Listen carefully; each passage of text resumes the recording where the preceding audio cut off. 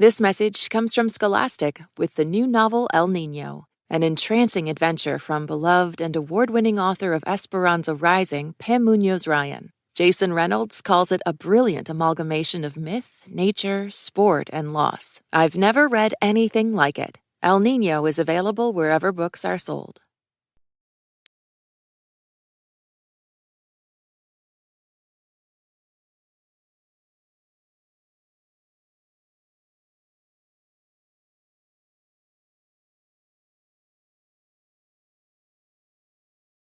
Hello and welcome to Car Talk from National Public Radio with us, Flicking Flack, the Tappert Brothers, and we're broadcasting this week from the Department of Oral Numerology here at Car Talk. We have started something here.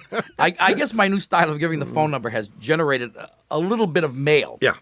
Almost all of it favorable, I might add. Yeah, well, I think Yeah. people realize that we're not doing things correctly in this here country. It's time now for a real change in the way we oralize numerologists. I want to read a couple of letters. Here's the first one. We listen to your show every week, my wife and I, on our local public radio station. You guys do go on and on about your new phone number. If you were my age, you would remember back to the 50s and early 60s when Ma Bell really started cramming digital phone numbers down our throats. No more Butterfield 8s, for example. Right? Yeah. Oh, those were great. Those were the good old days. Mission Hill 9. Yeah, sure. I mean, I still remember my phone number from when I was a little kid in high school. Kirkland 7. Kirkland. Yes. Yeah. Sounds mysterious. University 4. Yes. I was state prison, too. Anyway, he says, I was a charter member of a counter group known as the Anti-Digit Dialing League. We would have referred to your telephone number in the only correct way to speak numbers. 18,882,278,255. Then I like it. a letter from a fellow named Tim Denny. He says, in England, from whence I hail, a phone number like Belgravia 2555 would be announced as Belgravia 2555. Ah. Yeah, see that? No. So I can't do 888 anymore. Doesn't. 888 is So, and then of course my favorite, your recent presentation of your phone number, the way the Brits do it, i.e. 888 brought to mind another peculiar habit they have with numbers. I've noticed that BBC announcers say 1,000 million instead of billion, as in the Earth is believed to be 4,000 million years old, or something in the defense, DEFENCE. And he says, what's the deal with their spelling? Costing 1,000 million pounds. I've never heard them use billion. Why is that? Is billion not a recognized quantitative descriptor by the British, but viewed by them as some vulgar American creation? I think a billion in England is what our trillion is. Yeah. I think a billion is 1,000 million. They don't have the word billion in English, in their English. Anyway. Yeah. With all that said, if you would like to call us, the number is 1-888-CAR-TALK or 18,882,278,255 or 888-227-8255. All for you traditionalists, 888-227-8255. Hello, you're on Car Talk. We'll never get another call.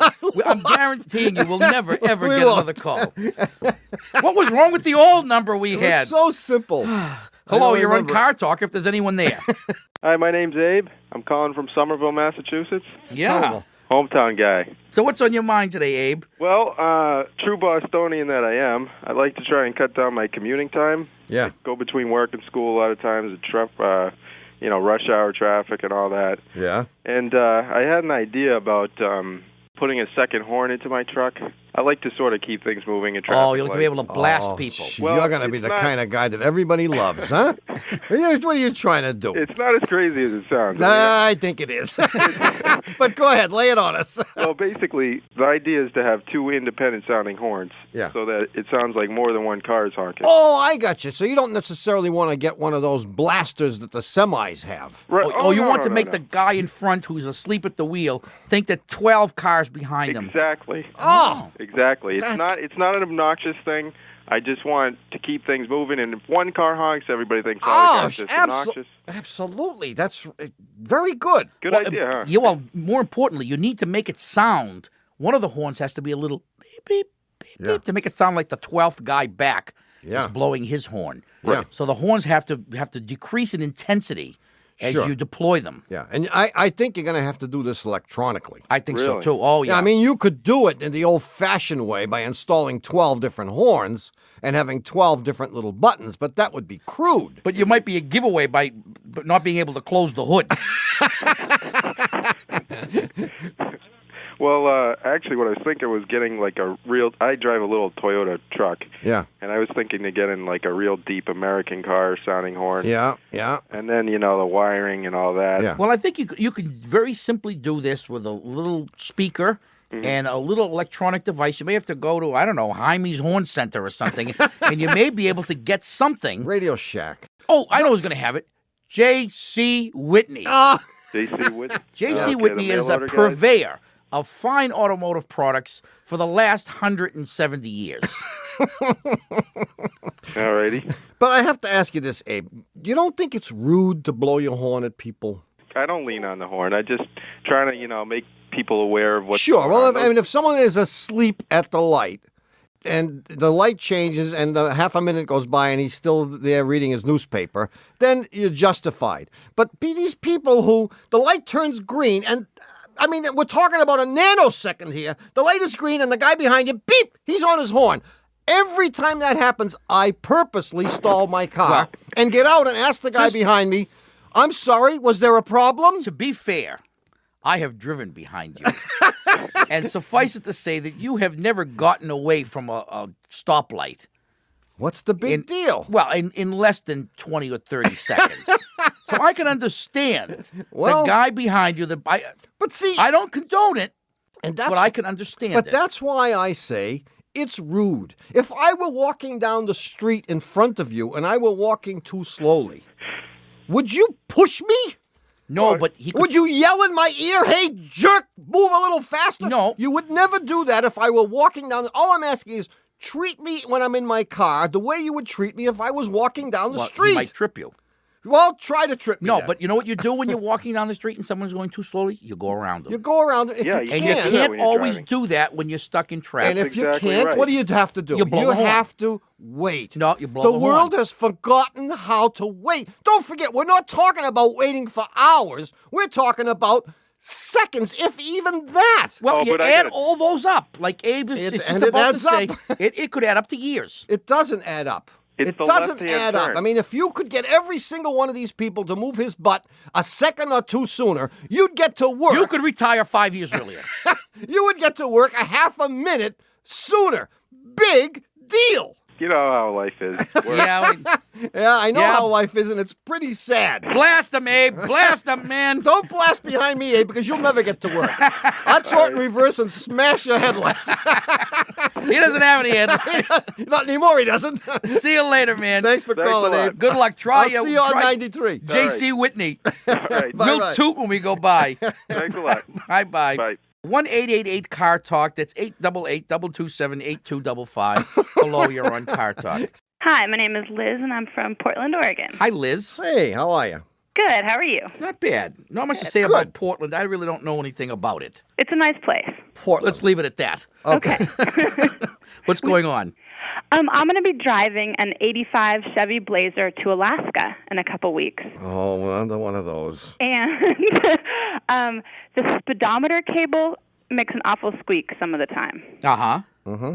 And I'm wondering if I should pay to get it fixed, if I could fix it myself. They told me it was going to be an hour and a half of labor at the shop to do it. Yeah. Yeah, because the instrument cluster has to come out to replace the cable. However, you can have the thing lubricated.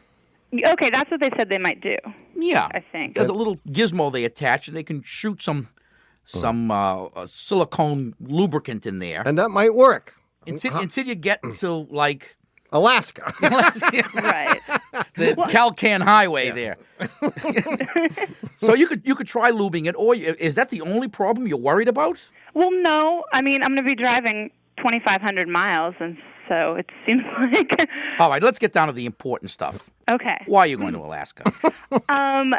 For a job and for a boy. Fella. I knew there was a fella involved. Well, you know. Yeah. Really? And Yeah. how long you plan to stay there forever? No. We'll be back here in the fall. I'll be starting graduate school in Corvallis in the fall. I mean, have you had someone check it out? I mean, seriously, for a minute here. If you're really going to get in this thing and drive 2,500 miles by yourself, My mother is coming with me. Your mother is coming with you. All the more reason. And I have an appointment in a couple days. To do what? To just get it checked out. Is there anything in particular you think I should have them look at? Everything. They have to look at everything. I mean, unfortunately, it's too late for you to buy our $3 little pamphlet, which would have told you everything. But we have a list of all the stuff that ought to get checked out. And you ought to tell whoever is checking it out, make believe that this was a used car that I'm planning to buy, and check out everything and let me know how close it is to falling apart. Right. Well, I would recommend that you change all the belts and hoses and save the old ones. Okay, that's what I was thinking about doing. Yeah, make sure you got good tires. Make sure that the front end is good and tight and no loose ball joints or tie rod ends, stuff like that. I don't think it'll be too bad. This time of year, it's not it's as bad as... The roads are heavily traveled, too, this time of year. So... Not like this summer. It won't be RV. All the people trying to escape. Right, they'll all be going the other way. You'll see a lot of traffic heading south because they just got unburied from 25 feet of snow. You'll see people on their hands and knees. Right, crying out, mild winter, my butt! Well, good luck, Liz. Thank you very much. Thanks for calling. It's been a pleasure talking to you. Drive carefully. Thank you. Bye-bye. Bye. All right. We'll be right back with the answer to the puzzler right after these very important messages.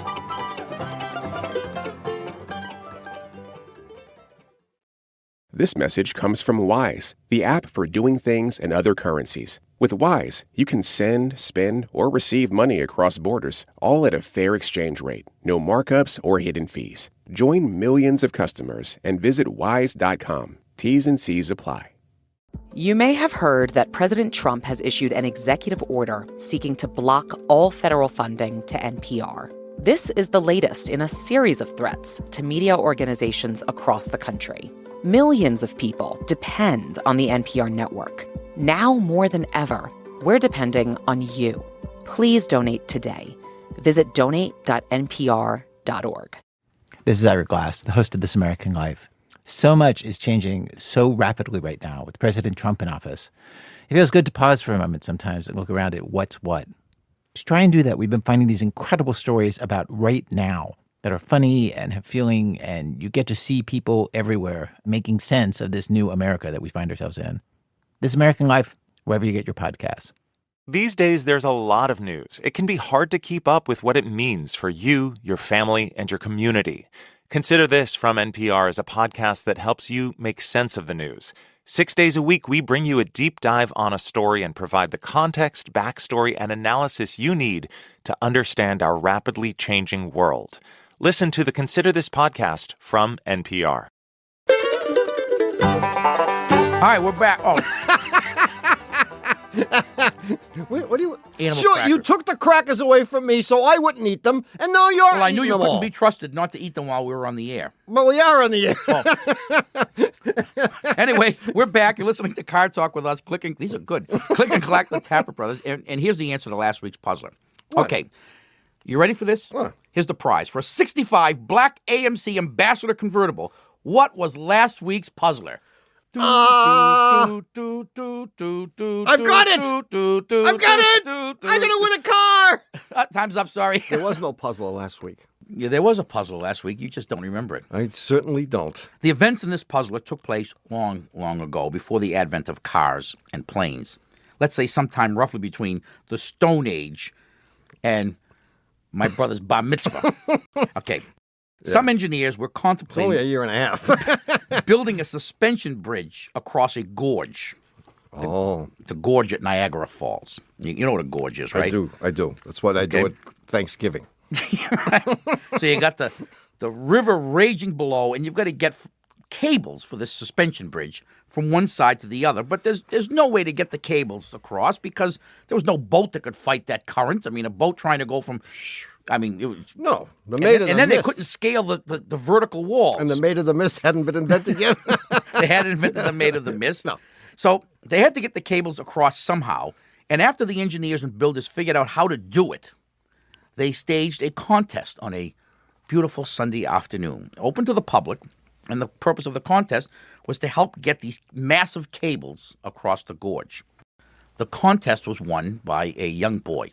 And shortly after the contest was completed, they were able to run the cables from one side of the gorge to the other. The question very simply was, what's the kid's name? What was the contest? Yeah, I didn't get this one. You didn't get it? I didn't, no. The contest, I didn't understand. Berman even got this I didn't one. understand the question, actually. You didn't? No. You understand I mean, the answer? I understand it now that you gave me the answer yesterday. You don't like it? No, I like it. I thought it was great. The contest was a kite flying contest. The first kid to be able to get his kite to land on the other side of the gorge won. And what they did was they took that kite string and attached to it a rope, slightly heavier than the thing, and they pulled that across, and they attached successively stronger ropes until they finally had one strong enough to pull chain. A cable across. Exactly. And then once they had one, they had another, and there you go. Yeah. I think that's good. That's good. I mean, like I said, it may be completely bogus as far as it being historically accurate. And it probably is. Judging from most of the puzzlers that you've used, it would be an amazing feat if it were not. Yeah, it would be. And who's going to win our fabulous prize this week? Our prize is won by a young boy. It's not a young boy. It's someone named Jane Oakes from Longboat Key, Florida. Longboat Key. Cool name. There's someone who's not working for a living. You know that. No. Jane. There's someone in the surfboard business. Absolutely, Jane. We know that. But anyway, we're going to send you, because we chose your answer from among the thousands of correct answers that we had, we're going to send you a lovely blue and gray T-shirt that says Car Talk celebrating 10 years of bad car advice. That's boring, isn't it? How can we even send it to her? Why would she want it? What would she do with it? What are we going to do with them? Better her than us. You're absolutely right. Anyway, good we'll luck, have a Jane. brand new puzzler coming up in the third half of today's show, and your chance to win one of these spectacular T-shirts. So don't touch that dial. In the meantime, we'll take your calls at 1-888-CAR-TALK. That's 888-227-8255. Hello, you're on Car Talk. Hi, this is Jeremy from Dallas. How you doing, Jeremy? Hi, Jeremy. Hey, I'm doing fine. Great. Yeah, I was tempted to call in and say I was driving a sport utility vehicle at the speed of 110 in the great state of Montana, and I was 92 years old. But I thought, man, if Tommy blows a vessel, I might have to pay for it. Yeah, you would. Well, you just reminded me of something, and I have to mention this. My brother is going to rant about this. I know he is. I'm not. I'm not. You're not? No, I'm not. You're not in agreement? I don't think I am. Really? How about that? I don't know. What are you going to say? Well, here's my rant and rave. I think auto manufacturers should be required by law to install in each car a V-chip. Ooh. And they can... A velocity chip. A velocity chip. And they can do it for about a dime, I think. All modern vehicles are fuel injected. They have onboard computers. They have vehicle speed sensors. And there's no reason why anyone in these here United States should be allowed to drive faster than, say, 85 miles an hour. Think of what that would do, for example, to high-speed chases. Oh, would take all the fun out of them. It would take all the fun. See, I do disagree, now that I hear what you said. How can you possibly disagree? Here's what I disagree with. I think it's the A chip that we need more than the V chip. The acceleration chip. That's the real... The problem is acceleration. No, the problem is top speed. More people are killed by some bozo that's doing 120 miles an hour and weaving in and out of traffic. I'm not sure that's true. Well, we conquer one thing at a time. They'll never go for both of them. Anyway, I had to get that off my chest, Jeremy, and I hope you don't mind. I hope it doesn't taint in any way what you were going to say. No. In my four-cylinder van, I will not be doing 110 miles an hour. No, you won't violate any of these rules. No. Okay, here's my problem. Yeah. I have a 96 Honda Odyssey, all right? Yeah. At exactly 29,807 miles. In other words, right below that 30,000 miles cutoff. Yeah. Okay. I had driven just a block from my house. It was an unusually warm day. It was the afternoon. I'm driving downhill. Gotcha. And this hideous metallic screeching sound erupts from under the car. You ran over one of the neighbor's bicycles. Well, God, if it had only been that simple. Yeah. Under the car, like where under the car? Well, that's the thing. Immediately I thought I dropped my muffler, but it was from the front of the car. Gotcha. Go ahead, make the noise. Okay. Excellent. Like that. Love it. For Now- best sound in a supporting role, Jeremy from Dallas. Now, I was actually going to pick up my daughter from daycare, and I stopped the car, I jumped out, I crawled under the front thinking, yeah, there's a kid on a bicycle or a tricycle, now he's all wedged up under the car. Nothing. There was nothing there. Uh-huh. I put the car in neutral, glided down the incline, and it still made the sound. Okay. Good. The next day, it's warm again. Go down an incline, same thing, even in neutral. I bring the car back home. The next day, it's colder. Go to the dealership. Nothing. Absolutely nothing. Oh, It's love been it. 1,000 miles. And it never Sound came has back. Never repeated. Now, the only thing the dealer told me, Yeah. he said, look, at your 15,000 mile, we had to add fluid to your ABS system. Now, in these past 1,000 miles when you haven't heard the sound, Yes. have you experienced days which were as warm as the days when this first happened? Yes. I'll bet you did. Yesterday, for example. Yeah, I knew that was a bogus little herring running around there, that temperature thing. But I have found nothing under the car. I mean, I looked behind the car. I didn't drop anything, you know. I can't explain the timing of this, but your noise sounded so much like something was stuck between the disc rotor and the little splash guard. There's a little piece of tin, for lack of a better word, that goes behind the disc so that when you drive in muddy roads and whatever, cow dung and whatever doesn't get flung up on the discs. And it could be that something, a twig, a pebble, something was stuck in there, and that will make the most god-awful noise because it will cause that thin metal sheet To vibrate like mad. And then it could find a spot where it wasn't touching anything and go away for a half a day and then come back.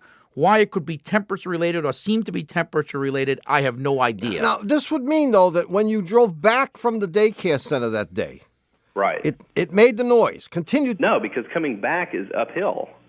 That's what I thought.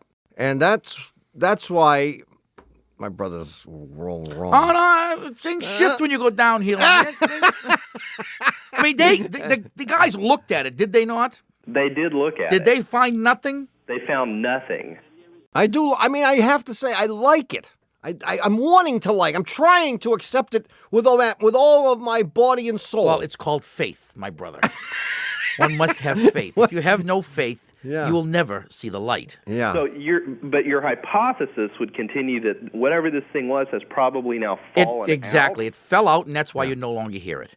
If you had worn brakes or a problem with the ABS pump or some such thing, if one of the ABS sensors was wrapped around your axle, the noise would probably still be there. Well, thank you. I'll breathe deeply and drive safely. Okay. Good luck, Jeremy. Get it Bye-bye. checked just in case. See you later. Okay, bye.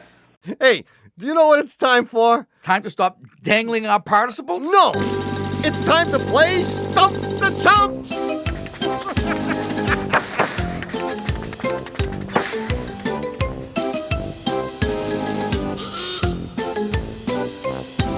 A few years ago, my brother and I and the plaintiffs in a large class action lawsuit decided that we should revisit some of our previous callers to find out if our advice to them was actually good advice. And that was the origin of this segment, Stump the Chumps, which is one of the dumbest ideas we ever came up No, with. it's so embarrassing. Oh, it's brutal. All right, let's just get it over with. Who's this week's Stump Chumper? It's Wendy from Iowa City, Iowa. She called us recently because whenever she and her husband were riding together in her 88 Honda, the windshield would completely fog up within minutes. I Remember her? Yeah, were they newlyweds or just real frisky? No, I don't know about that. Wendy said that this never happens when she's in the car alone or with anyone other than her husband. Well, I should hope not.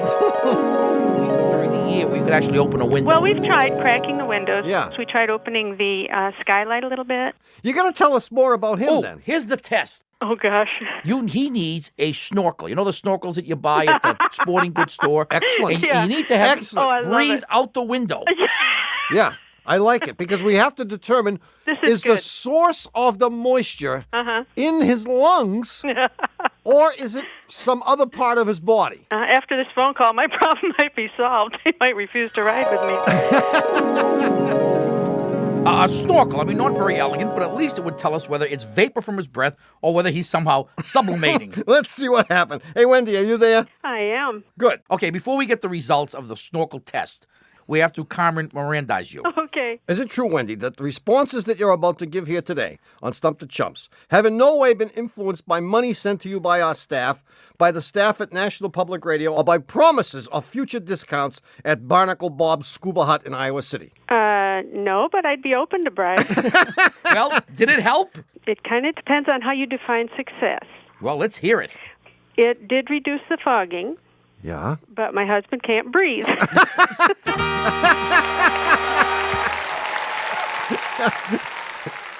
But it is his breath, then, that's causing the fogging up. Well, the problem... cut the fogging by about half. Yeah, the problem then is you.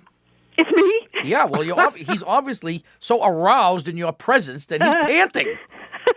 He can't contain himself. That's right. That has to be it. Yeah, I think that is it. You're just, good for you. You're just driving him crazy, Wendy. Good for you, Wendy. That's great. I think that's wonderful. And the reason he couldn't breathe through the snorkel is the tube wasn't big enough because he's panting so hard. Yeah. He can't get enough air through that probably tube. On the other hand, he could be in full anxiety because you're such a lousy driver. Oh, good heavens, yes. You know what he needs? He What's needs that? yoga. Yoga? Oh. Yeah, to control his breathing. Okay. He needs to breathe from the stomach, not from the lungs. Yeah.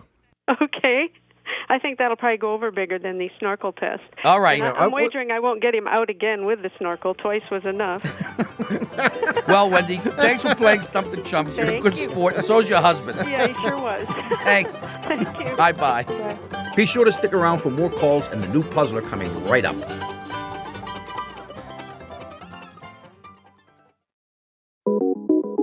Keeping up with the news can feel like a 24-hour job. Luckily, it is our job. Every hour on the NPR News Now podcast, we take the latest, most important stories happening, and we package them into 5-minute episodes so you can easily squeeze them in between meetings and on your way to that thing.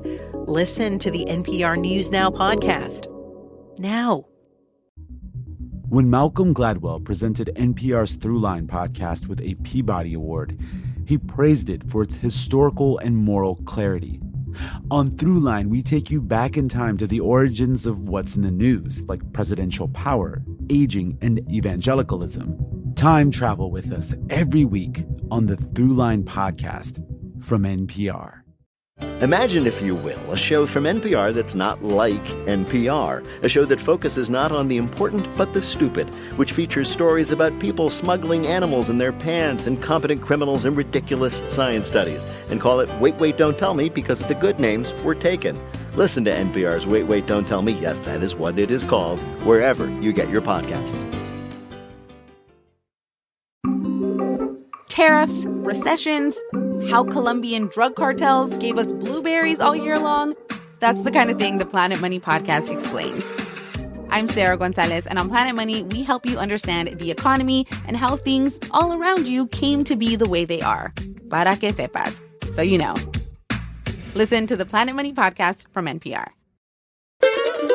Ha! We're back. You're listening to Car Talk with us, Click and Clack, the Tappert brothers, and we're here to discuss cars, car repair, and the new puzzler. Yeah. My brother took a trip recently. Yes. He took a trip on the rails. I certainly did. He told me he was spending a week in Florida. He really spent 5 days on the train. And a day in Florida. But it reminded me of a puzzler of yesteryear. Yes. Imagine, if you will, a long freight train, like the kind that you see out west, a couple of hundred cars. Yeah. It's pulled into the yard, the train yard, and it's stopped, and they, I don't know what they do. All of them goes out to go to the bathroom, all the train workers. They get back in, and the engineer opens the throttle, and the train starts to pull away from the yard. When they realize that the caboose has a problem, the brake is frozen on one of the wheels of the caboose. How would they know? because the wheel is being dragged and there are sparks and smoke. Yeah. And someone standing there says, stop the train. So they manage to signal to the engineer to stop the train. Well, they can't fix it, so they just cut the caboose loose. They remove it, and they give him the go-ahead. They wave him, Go ahead. He gives it the throttle. The train doesn't move. Yeah. He gives it more throttle. It doesn't move. He gives it more. And what's happening is the train isn't moving, but his wheels are spinning. Yeah. The cars aren't moving. There's nothing wrong with any of the remaining cars, and there's nothing wrong with the engine. But there is something wrong with the engineer. Yeah. The question is, what's wrong with this picture? Now, if you think you know the answer, this is good. Or things are slow. I'm looking in the control room and I see. You feel like taking complete a guess. Consternation. Or you have access to the stamp machine at work.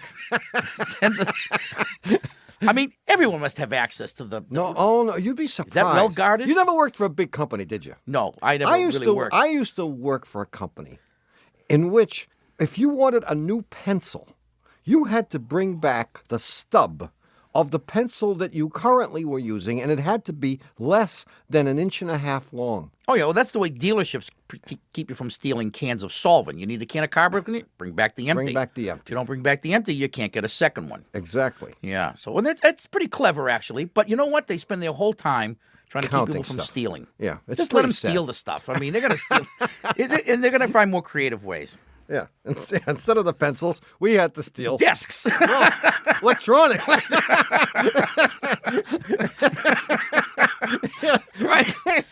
And if they let them steal the pencils, people have to. They'd be happy. They'd be happy. They'd be happy with the pencils. Stole 100 pencils this month. That's right. Instead, we had to get I stole a radar station. We had to get those big trucks and steal all those antennas and the desks. Anyway, if you're not busy stealing something from your employer, mail us your answer to Puzzler Tower, Car Talk Plaza, Box 3500, Harvard Square, Cambridge. Our fair city. MA 02238. Or you can email us your answer from our website, cartalk.msn.com. Just click on the Talk to Car Talk section. And if we choose your correct answer at random, from among the 3 correct answers we get, or none, you'll get one of our new splendid Car Talk T-shirts featuring the ever popular slogan celebrating 10 years of bad car advice. Now, if you'd like to call us, the number is 1-888-CAR-TALK. Or go ahead. No, go ahead. I want to hear it again. 888-227-8255. I didn't get it. Hello, you're on Car Talk. Hello. Who am I talking to? Who do you want to talk to? I don't care which one of you guys I talk to. Well, talk to my brother because he hasn't done anything all day. Yeah, talk to me. My name is Morley Safer, and I am very angry with both of you. Uh-oh. Get in line. Get in line. You have spent your careers knocking one of the great cars in this country so badly that they don't even bring them in anymore. Alpha? Peugeot? Fiat? Peugeot. There you go. Peugeot. Again. Is this really Morley Safer? This is really Morley Safer. You've got nothing better to do than call us. I recognize your voice. I have been steaming for months. Listening to you two carry on. You two, who we gave such generous airtime to some years ago. You did, yeah. I remember that. You and Barbara Walters. With great regret. Great regret? You take one of the great motor cars. Do nothing but knock. I've been driving a 1989 Peugeot Turbo 505. Oh, here's what it's all about, Morley. You can't get parts anymore, and you think we're responsible for it. It goes like a dream, and I'm trying to buy a new one possibly next year. But of course, they're not bringing them in anymore because idiots listen to you two. Are you among those idiots? The truth of the matter is that's the only thing I plead guilty to. Morley, the truth of the matter is that we never really bad-mouthed the car. Wait, listen to me. We never really bad-mouthed the car itself. What we bad-mouthed was the fact, and as my brother so eloquently put it, nobody copies the French and the French copy nobody. Therefore, everything about the car is completely different and no one can work on it unless his name ends with 4 vowels in a row. You sound like a certain mechanic I know. You know, I had to have 3 extra toilets installed in the bathroom at the garage so all the guys could get in there when the Peugeot customers came in. You guys carry on, you know, breathlessly about all these boring Japanese cars. All look the same, sound the same, smell the same. That's right. And run the same. And run, period. And they give them these absurd names. My car has an honest name. Yeah, 505. 505. Yeah. What could be more decent and honest and undiluting than that? As opposed to, what on earth is a Corolla? Yeah. Well, that's true. I mean, you're absolutely right. They have about made some that. cutesy sounding names. And I will accept the criticism that you make here, because we have complained about the fact that the Japanese cars, reliable as they are so boring. You always know you're going to get there, whereas with a Peugeot, not only do you not know if you're going to get there, but you you're are not grateful when you do. You won't even know if you care when you get there. You don't know what you're talking about. You're talking about this crouching tiger in my garage. Yeah. How long has it been in your garage?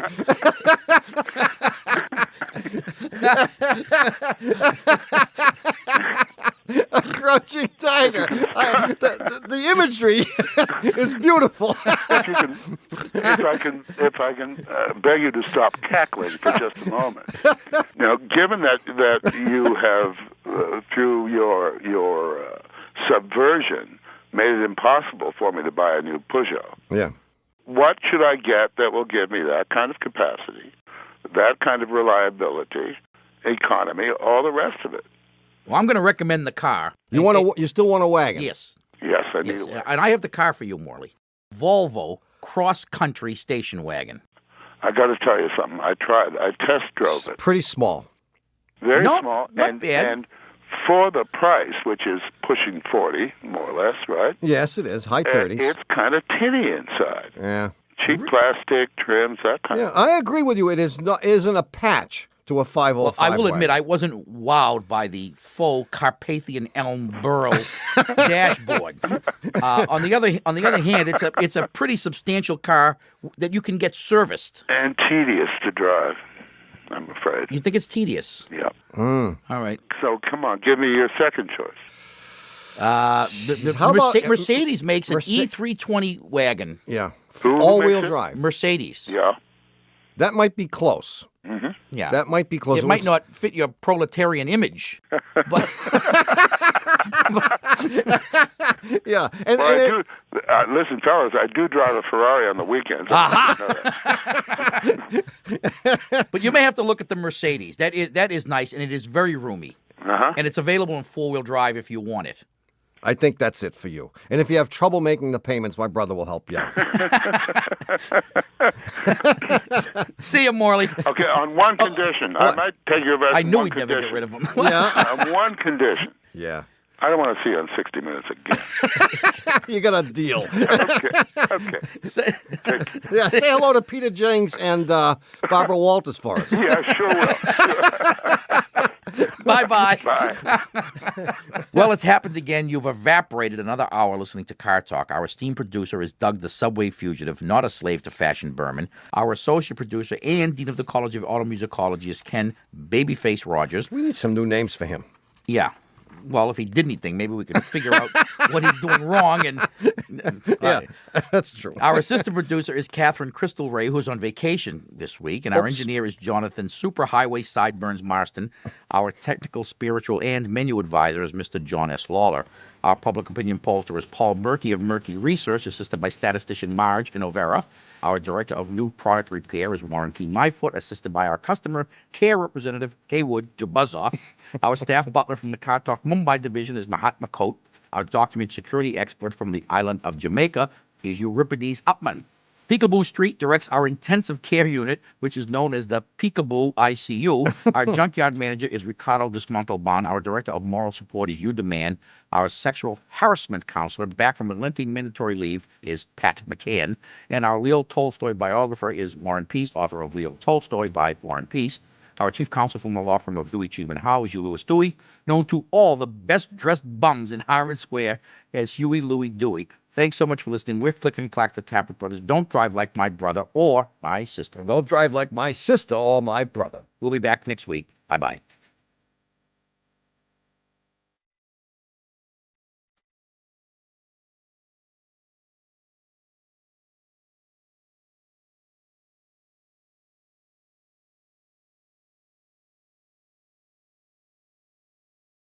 And now, with a very important announcement. Here is Car Talk Plaza's chief mechanic, Mr. Vinny Boombots. Vinny? Hey, all right, now, if you want a copy of this week's Car Talk show, which is number 14, the number is 1888 Car Junk. And what if someone wanted other Car Talk paraphernalia, you know, CDs, T-shirts? Would they call that for... No, you'd call the Academy of Motion Picture Arts and Sciences, you dope. Of course you call the same number, 1888 Car Junk, or you can get stuff through the online Shameless Commerce Division at cartalk.msn.com. Vinny, remember your restful visualization. Hey, visualize this, chump.